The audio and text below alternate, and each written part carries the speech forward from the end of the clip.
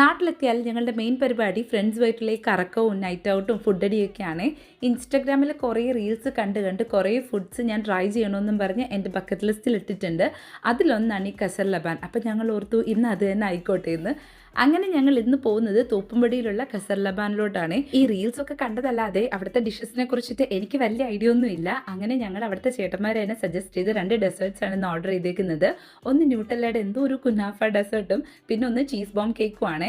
Sweetness എന്ന് പറഞ്ഞാൽ തലയ്ക്ക് മത്തടിക്കുന്ന സ്വീറ്റ്നെസ് ആയിരുന്നു, ഭയങ്കര മധുരമായിരുന്നു. എന്നാലും ഇതിൽ രണ്ടിലും എനിക്ക് ഇഷ്ടമായത് ആ ചീസ് ബോം കേക്ക് ആയിരുന്നു. കമ്പാരറ്റീവ്ലി കുറച്ച് മധുരം കുറവ് ഇതിനായിരുന്നു.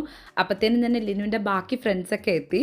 ലിനുവിന് ഒരു ബഞ്ച് ഓഫ് ഫ്രണ്ട്സ് ഉണ്ട്. നാട്ടിലെത്തിയാൽ ഞങ്ങളുടെ മെയിൻ എൻ്റർടൈൻമെൻറ്റ് ഇവരുമായിട്ടുള്ള കറക്കവും ഔട്ടിങ്ങും ഒക്കെ തന്നെയാണ്. ഇത്രയും മധുരമൊക്കെ കഴിച്ചിട്ട് തലയ്ക്ക് നല്ല മത്തടിച്ചതുകൊണ്ട് ഞങ്ങൾ എപ്പോഴും പോകാറുള്ള ഒരു സ്പോട്ടിൽ പോയിട്ട് ഓരോ സോഡ ലൈമും കൂടെ കുടിച്ചിട്ട് ഇന്നത്തെ ഫുഡ് എക്സ്പ്ലോറിങ് ഞങ്ങൾ ഇവിടെ അവസാനിപ്പിച്ചു.